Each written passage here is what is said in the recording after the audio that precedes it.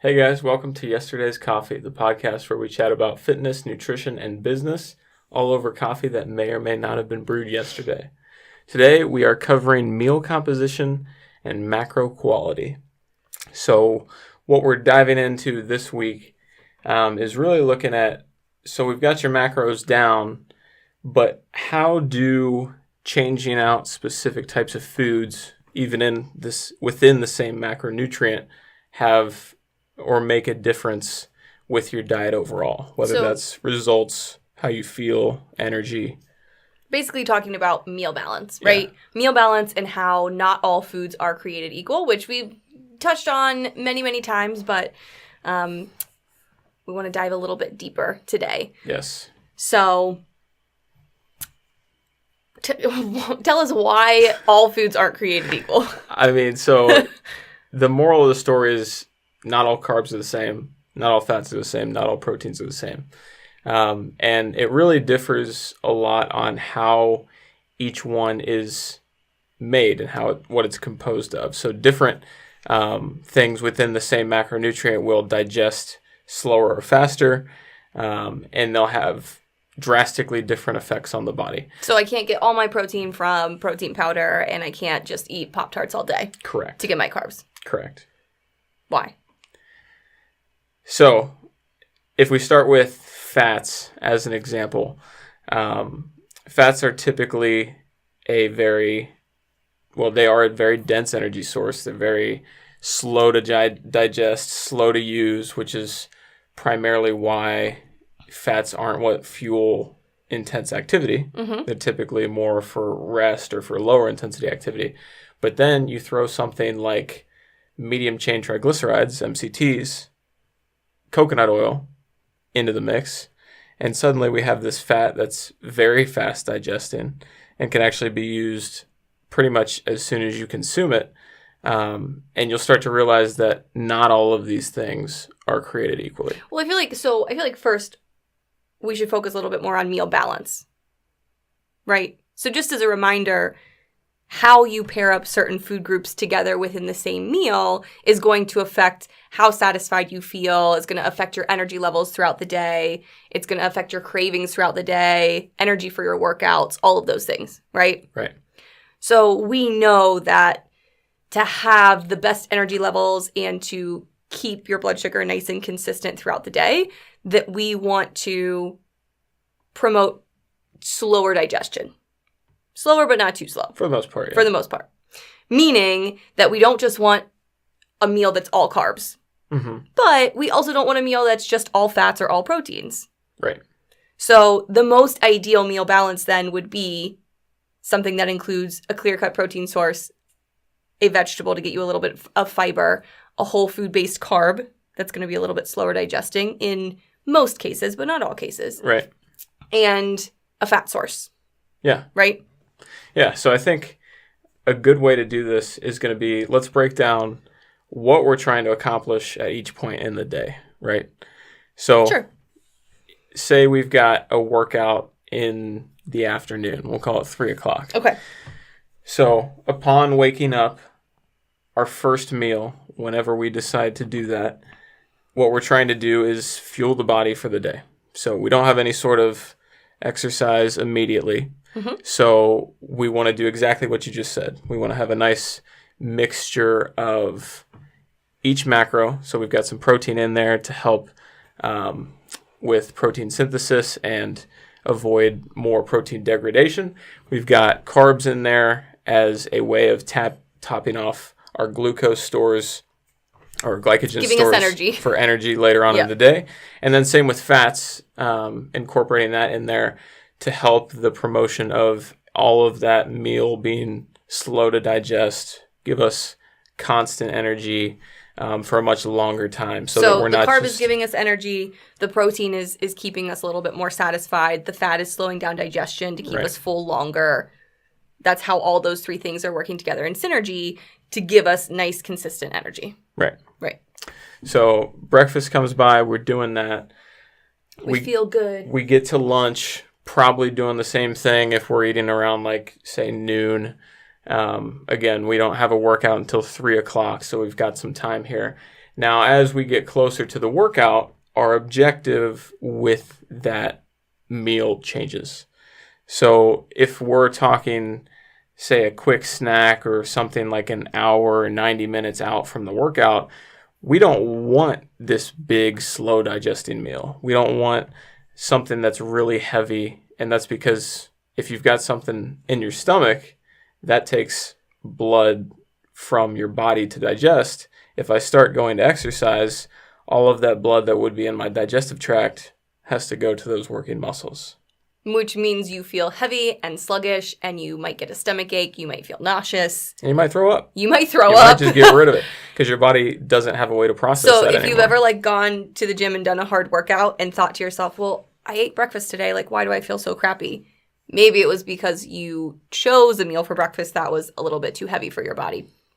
Yeah, or even if you ate 2 hours beforehand, but it was a big, heavy meal, that could still just be sitting there because it's slow to digest. Or maybe it was a high-fat meal. Because again, exactly. It's going to take a lot longer for your body to digest and process fats, meaning it's not great to have something super high in fat close to a workout, before or after, because you're again taking energy away from your muscles and putting you in a bad spot digestively. Yeah, I had a bad incident with that in high school. Bad how? I went out to eat and had a really big steak and a bunch of heavily buttered vegetables and probably some other stuff. And then it was my squat workout 2 hours later. And I thought, I got 2.5 hours, I'll be fine. When you're thinking to yourself, steak, protein, some vegetables, that sounds light, right? I mean, sounds pretty light. My high school nutrition knowledge, and man, I got through 3 sets of squat, and I had to lay down on the ground because I felt like I was just going to explode. Awful. It was so bad. So paying attention to the composition of those nutrients makes a big difference. And so leading up to right immediately before the workout, we want to avoid the big heavy stuff. If we're consuming anything at all in that pre-workout window, that's actually where we want some faster digesting stuff, some lighter stuff, so that it's not sitting in your stomach. Yeah. And you don't need to have something pre-workout. I know a lot of people ask that question. No, not at all. If you've had a meal within the last 2 to 3 hours and you're not feeling hungry, you don't need to eat a pre-workout snack. You don't need to eat at all.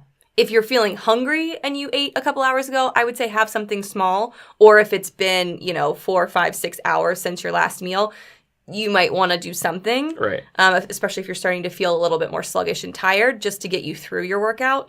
But if you've eaten a meal recently and you don't feel hungry, there's no reason to eat a pre-workout we're snack. definitely not saying you've got to throw a meal in there by any means. Yeah. It's just if that's something that you need to do for whatever reason. But if you were to do it, you would want to go for something small and something easily digested. Yeah. Which, I think a piece of fruit is probably the easiest thing that comes to mind. I was going to say fruit works really well for me. It's higher in sugar. It's pretty much got nothing else in it. Right. It might have a teeny tiny bit of fiber depending on what fruit you have, but it's not going to be anything that really gets in the way. Right. Pretty negligible. Yeah.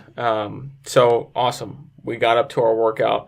Now, post-workout. So this is something that I think is a lot more people know about because you just hear about post-workout. You hear about the supplements. You hear about all this stuff. The window. And so post-exercise. First we want to look at what is our objective with the post-workout meal? Is it that protein powder is just the most perfect thing in the world, and if you start taking it, you're going to start building all this muscle? Not necessarily. So post-workout is all about recovery, right? So we went to the gym. We broke down a bunch of muscle tissue. Now we're trying to initiate that recovery process so that we can build up all that tissue that we just tore down. And so the reason why protein powder is such a predominant thing is because it's this highly processed version of protein that is very rapidly digestible. Because it's basically already in the smallest building block. Well, not the smallest, but it's in fairly small building blocks for your body to easily separate instead of having to digest a whole piece of food. Exactly. So by incorporating this very fast digesting protein, we're instantly getting nutrients to that broken down muscle tissue. And we're also causing a spike in insulin, which is a hormone that promotes pushing these nutrients to the muscle, which helps to start that recovery process.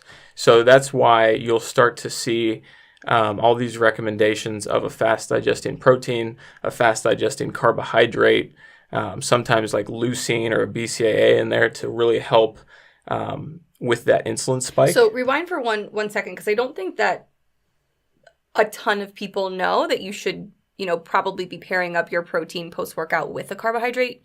Yeah, maybe not. I think because, again, if you're not taking in a large amount of protein, you're not getting that insulin spike. Right. Yeah. So if you're just having, a normal protein shake and that's it, you're not getting the benefit of that insulin spike without an additional carb as part of your snack. You'll still get some, but you definitely won't maximize it. Not a lot. Yeah. Not a lot. So your body's going to be a lot more receptive to having carbs in that post-workout snack, which is another reason why it's mostly recommended to have more carbs surrounding your workout just in general, right, to kind of fuel the workout beforehand and to help you recover from the workout afterwards. Yeah, and so this post-workout window that everybody talks about is sometimes it's a little over-exaggerated, but there is a lot of merit to it because it's not as strict as people say though, right?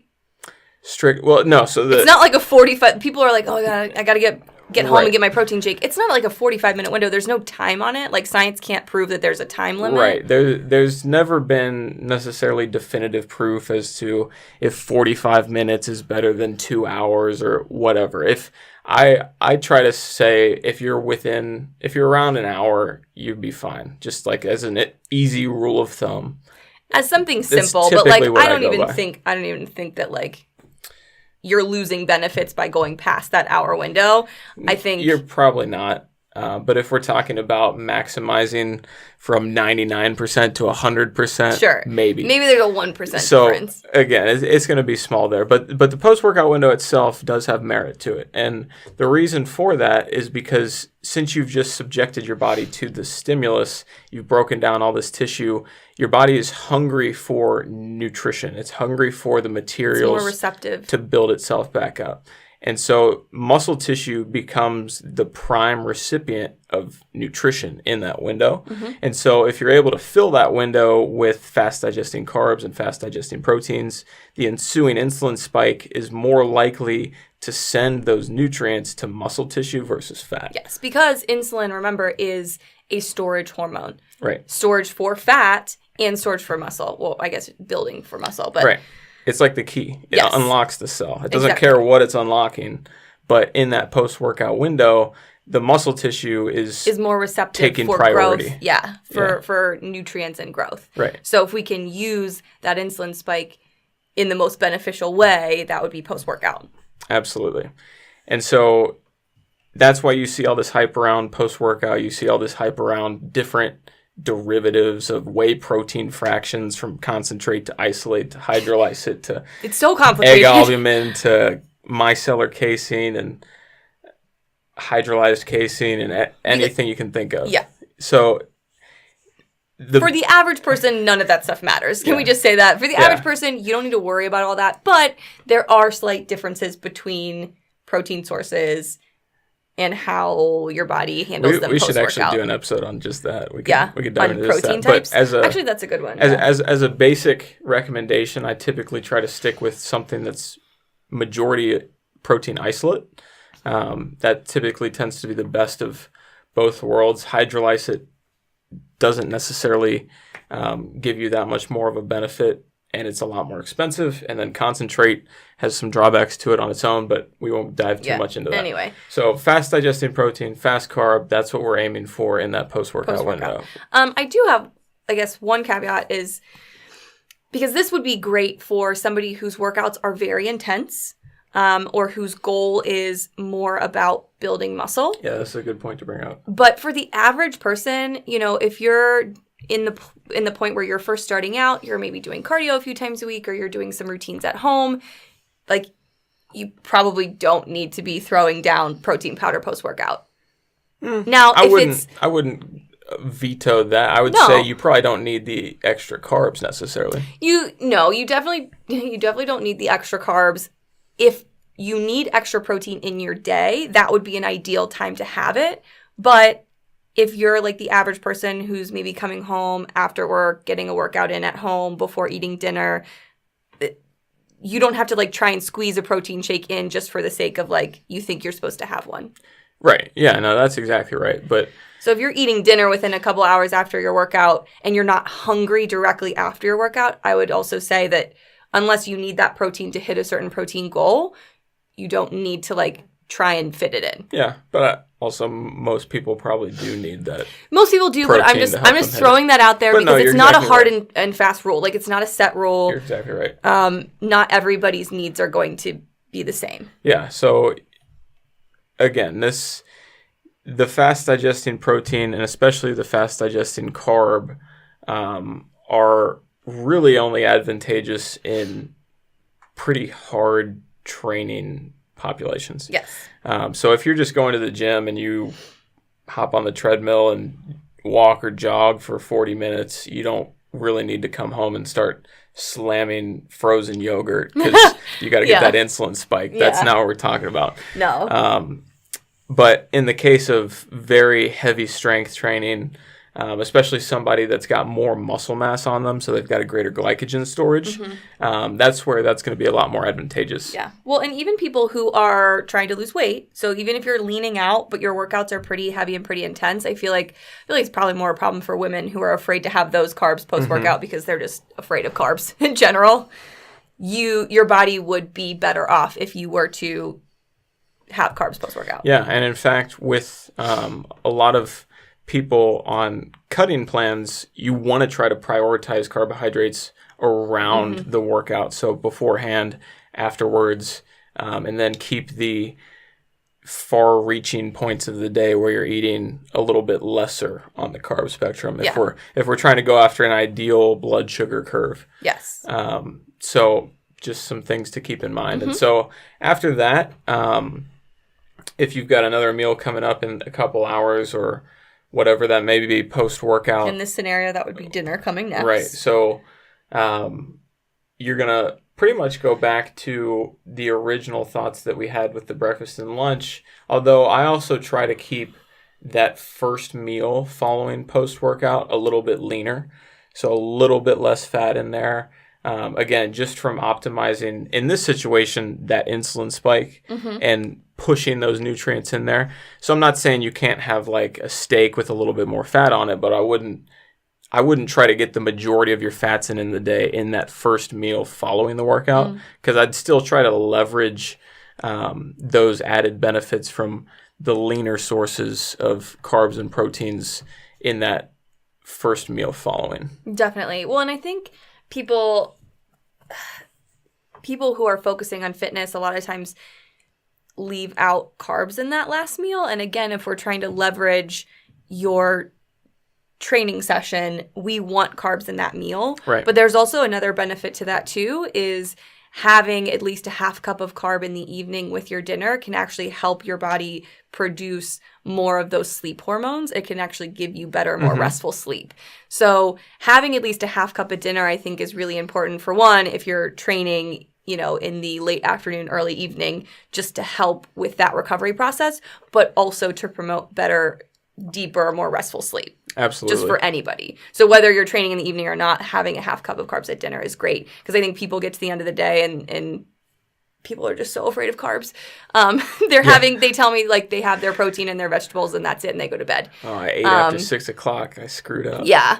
Or people try to keep things, not to go against what you said, but people try to keep things too lean in the evening, and then they might have, maybe no fat in that evening meal, and then that digestion happens quicker than it should. Right. And it wakes them up over in the middle of the night. In this scenario, if we're keeping dinner leaner, I'm still eating again. Yes. Like, if you're not eating after dinner, please just let it be balanced and have a good amount of protein, carbs, and fat. But if you're going to have a snack later, then yes, that might be, you might want to push the fats until that snack later in the evening. And so we'll say in this scenario, dinner's not our last meal. And so, because for me, it's not. Yeah, for a lot of people, it is. And so now, if we're getting to the last meal of the day, things are changing around a bit. So this is where we're about to, after this meal, we're embarking on the longest fast of your day, which is your overnight fast. And so what we want to do here is the exact opposite of post-workout. So if post-workout, we're trying to push nutrients in as quick as possible, before bed, we're trying to get nutrients to be as slow moving as possible. So that looks like fats. That looks like slower digesting proteins like casein protein, which is a very popular supplement in conjunction with whey. Or cottage cheese. A really high source of casein protein. Yeah.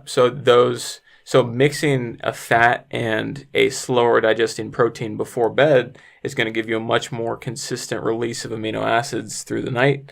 And then you'll have a lot less, well, I mean, I don't know the specific numbers, but you'll probably have less protein degradation through the night, help to maintain muscle mass, especially if you're in a caloric deficit. And that's kind of the gist of it. Yeah, you could also add in some slower digesting carbs. Yeah, you could, depending on what you've got left in your day. If you're choosing to have carbs at that like last meal or that evening snack, we would want them to be slower digesting. Right. Because again, if they're too simple, if they're too high in sugar, they're too easily digested, then what you're going to do is you're going to end up bottoming out. Your blood sugar is going to bottom out while you're sleeping, which results in stress and a cortisol spike that's going to wake you up in the middle of the night. Yep. And it's probably going to make it pretty hard for you to go back to sleep, or you're going to wake up in the middle of the night at 2 a.m. and be starving. So if that's ever happened to you, that's probably what's going on, is like your last meal in the evening isn't balanced enough, which is impacting your sleep quality. And if that happens to you, so if you wake up starving in the middle of the night, you should actually go eat something, because you're going to get deeper, more restful sleep during the rest of the night if you can. So if you have that feeling, definitely eat something. Don't try to ignore it and go back to sleep, because it's not good for you. Absolutely. But then, in future nights, try and set up your last meal a little bit better. And, this whole scenario is based on us having, an intense training session in the, late afternoon. Mid-afternoon, yeah. But again, this could be shifted anyway in the day. So again, we're trying to put more easily digested foods and more carbs around your training times, and having those meals on the outside be a little bit lighter, but potentially slower digesting. Well, the meals on the outside being more fatty. Yes, slower digesting. So but maybe a little heavier. Yes. It would be heavier, wouldn't it? Yes. I would think no, so. I said that wrong. Yeah. So if you guys know what I mean. If you're training, keep it faster digesting, lighter. If it's away from training, slower digesting, a little bit heavier. That's where you can incorporate your fats. If it's an off day, just keep everything balanced meal to meal. Exactly. I would say that like a pretty average meal would be like 4 to 8 ounces of protein, depending on, your body size and things like that. And anywhere between like a half cup and a cup and a half of a carb food. Well, yeah, I mean, if we're talking about people 200 pounds and less, sure. Well, I'm just like, I'm giving it an average for like just a regular healthy person. Sure. I'm not talking about somebody who's like training intensely, okay? And so the one thing I do want to mention with all of this is strictly talking about trying to optimize your day. So at the end of the day, it's still going to come down to, are you hitting the proper macronutrients? And if you are, even if you're not nailing this stuff perfectly, you're still going to see progress on the scale one way or the other. But the biggest difference is going to be how you feel, what your hunger levels are like, and what your energy levels are like through the day. So macros are first and foremost. And then once you've got that down, this meal is how timing. you can take that to optimize your day, fit it around your schedule, and allow you to feel your best based on whatever plan you're on. Yeah, but I mean, if you're at the point right now where you're still eating, convenience items all day long or eating nothing all day long, don't worry about these little details. Yeah. These aren't for you necessarily. This is step 2 after you've figured out the macros. Once you're set and consistent with like getting the right amount of calories and the right amount of macros, this is just a way to take you to the next level. But it can still apply to people who are beginners if you've got those things down. Yeah. Macros first, this second, you'll be good to go. Yeah. So thank you guys for tuning in this week. If you've got anything you'd like us to cover in the future, feel free to reach out to myself at HypertroFit.com, and you can find Alexa at therootedrd.com. And we will see you guys again next week. We'll see you guys next week.